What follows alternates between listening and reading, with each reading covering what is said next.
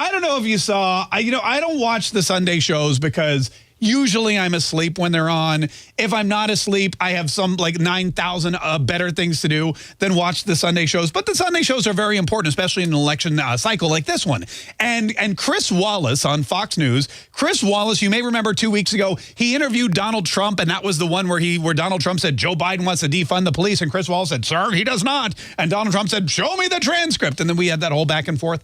Well, in that same interview, Donald Trump also said, look, at least I sit here and I answer your questions. You may not like my answers, but I answer the question. And I know that Joe Biden could not sit here and withstand an interview like this. You answer the question. Let Biden sit through an interview like this. He'll be on the ground crying for mommy. He'll say, mommy, please take me home. Well, we've asked him for an interview, sir. He can't do an interview. He's incompetent. Well, they tried to get Joe Biden on the show. And this past Sunday, here was Chris Wallace reporting on what happened when they invited the former vice president onto their show for an interview.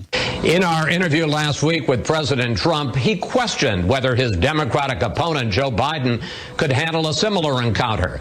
Well, this week we asked the Biden campaign for an interview, and they said the former vice president was not available. He was not on a Sunday morning.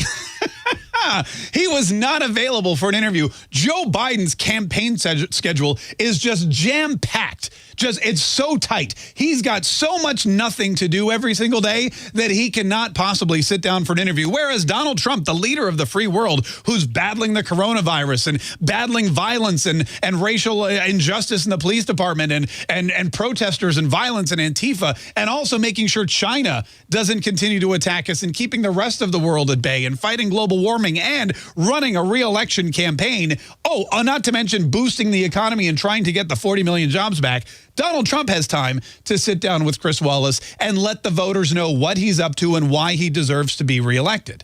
But Joe Biden, the Democrats' #1 guy, the only hope, can't sit down with Chris Wallace for an interview. He's too busy.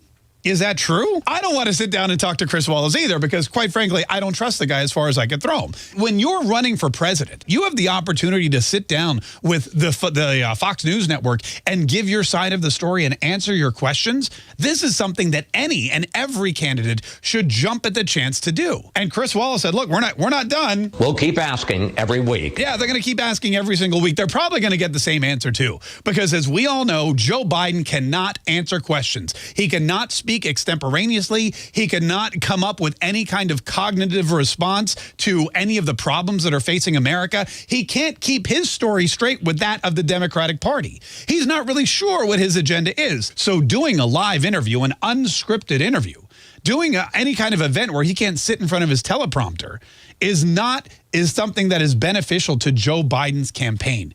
They want to keep him hidden.